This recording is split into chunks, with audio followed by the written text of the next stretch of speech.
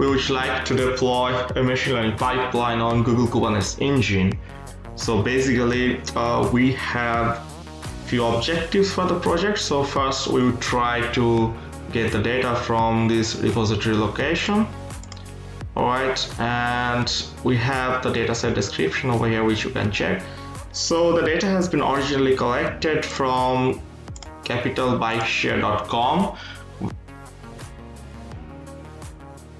their dataset location, where they have all the history of bike trips. So you go to the system data down there on here, and then you click on the download Capital Bike Share trip history data, where you can find all the trip information in folder contained in zip file, and you can see that they have the data from 2010 till 2020 June, so you can access the recent data. They have collected this data along with the weather information from here and holiday schedule here, and they have collectively created a dataset which contains this information.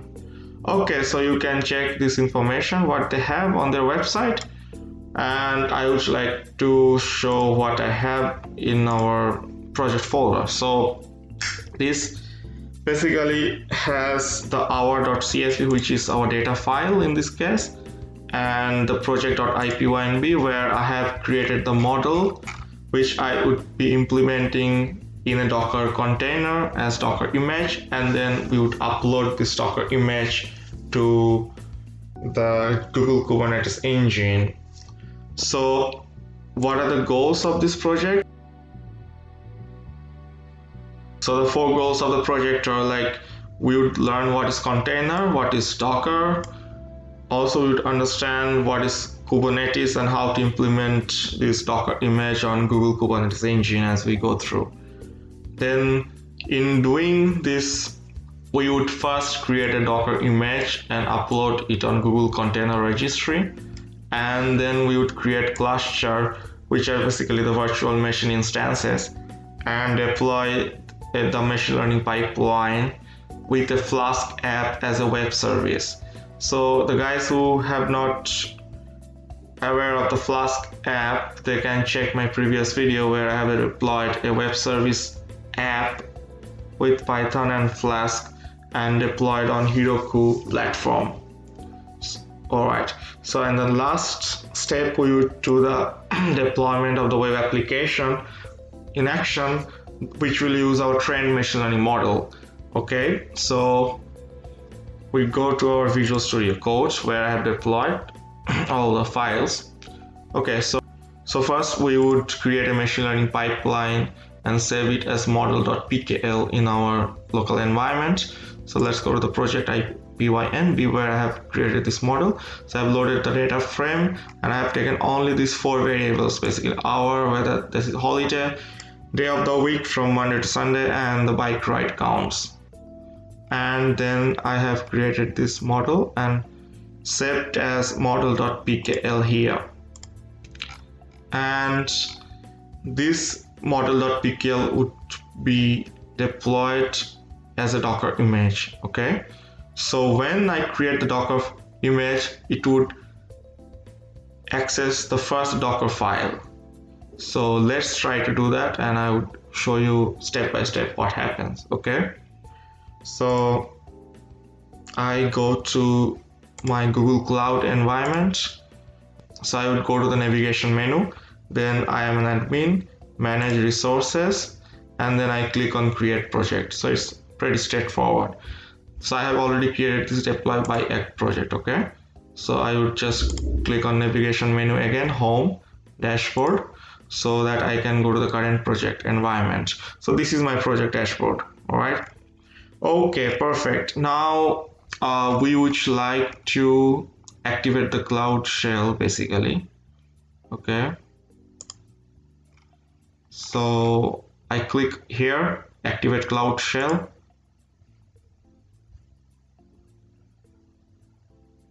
Here git clone, like I'll always do in Visual Studio Code, and it would fetch all the data. So if I type ls,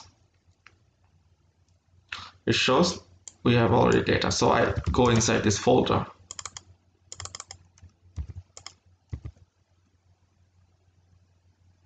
Okay, so now I have all the information inside this folder. So first I have to run and try to create the Docker image. Okay, so before we give the command of building Docker image, we have to ensure that this cloud build API is enabled. Okay, so it's enabled for my case, but if it is not, then we have to enable it. Okay, so this is my command for creating the Docker image. So first I have to ensure that I have set the project ID variable as my project ID, which is here like that. So when I run the Docker image build command, what happens is that it goes to this file first, the Docker file, and then it executes all of this information one by one. So it installs the virtual environment, and then it goes to the dependencies installation folder or text file, which is basically the requirements.txt file. So it requires Flask, Jinja, Unicorn, and these libraries. So one by one, these libraries will be getting installed. So if we check here on the command prompt, I would see that they are downloading all the libraries in the beginning, and they would start installation thereafter. So it would take some time. If you click on this quick start documentation, so this would the parameter which you have to provide. So these are basically the parameter. All right, so docker build, then t, then gcr.io, which are basically the Google data center, then the project ID, which I already have set to deploy bycap. So this is, and then I mentioned that I want docker bike demand app, and this is the tag, which is basically version 1. So that is also they show the arguments. If you check, like they have the build, then t, then this gcr.io, then project ID, and this is the name of the application. Here quick start image, and this is the tagline. Okay, so these are basically the arguments which you have to pass through while creating a Docker image. All right, so once the Docker image is created, we would upload it into our Google Container Registry, which would contain this Docker image before getting deployed on Kubernetes Engine. All right, so as we can see that it has been successfully built. So if I type Docker images on my command prompt, I should be able to see. So it says that this has been deployed 33 seconds ago. Perfect. So this has been already deployed, and now we would like to configure the gcloud docker gcr.io. So just for your information, this gcr.io represents the Google data center for United States by default, and if we subset like eu.gcr.io, it is for Europe, and also you can specify the US one by us.gcr.io. Okay, so once it's done, we would push our project. Okay, and the push command means that it would be uploaded to the Google Container Registry. So if you go to there right now, so here you go, Container Registry. So there is no images right now. All right, so once our data will be pushed, we would have a look at it again, and we would be able to see that this image has been uploaded on this Google Container Registry. Finished installation, so all of this data has been pushed. So if I click on refresh button here in Container Registry,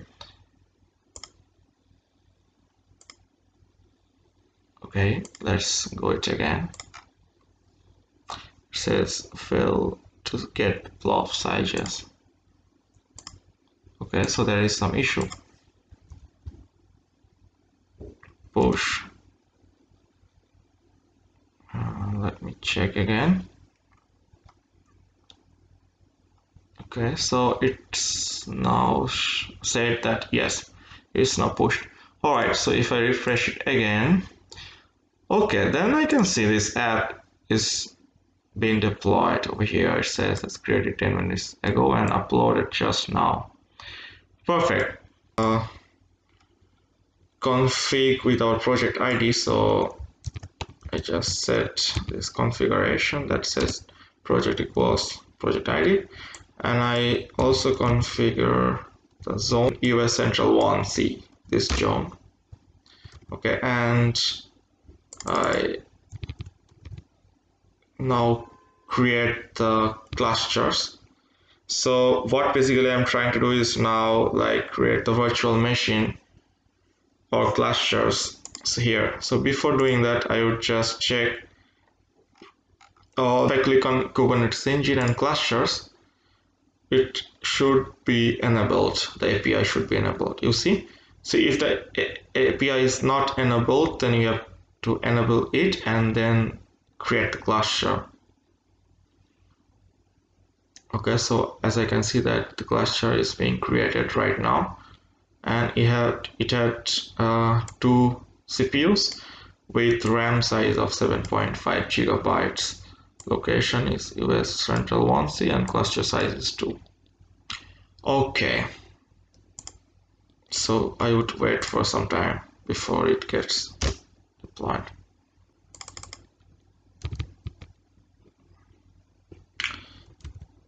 Now, once the cluster has been created, we would try to deploy the application on Kubernetes Engine.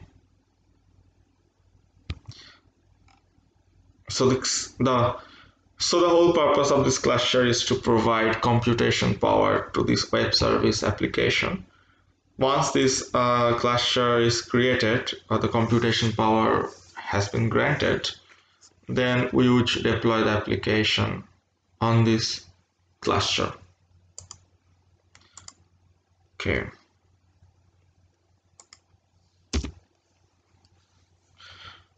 So it's now checking whether the cluster is healthy or not. So health of the master node is being checked.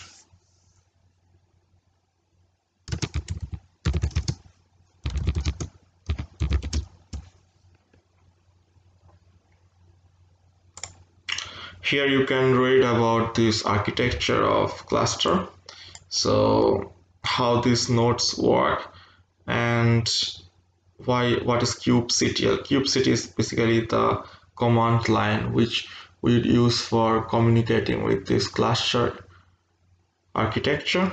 And what are the master? So you can see that basically the cluster master runs the Kubernetes control plane processes, which includes API server, scheduler, and core resource controllers. Okay, and you can have a look how the master and node interact. Okay, in this documentation. Alright, so let's check. So cluster has been deployed. Perfect. So if I click here, you can see the screen signal which says the cluster is running. Okay, and now we would deploy the web service app on this cluster. Okay, so I just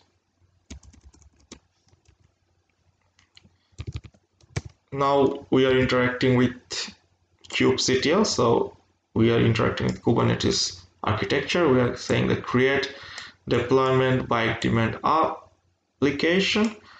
And what is the image? This is the image already being uploaded on Google Container Registry, and it says the app has been created. All right, perfect. Now we would expose this app so that we can access it from external IP.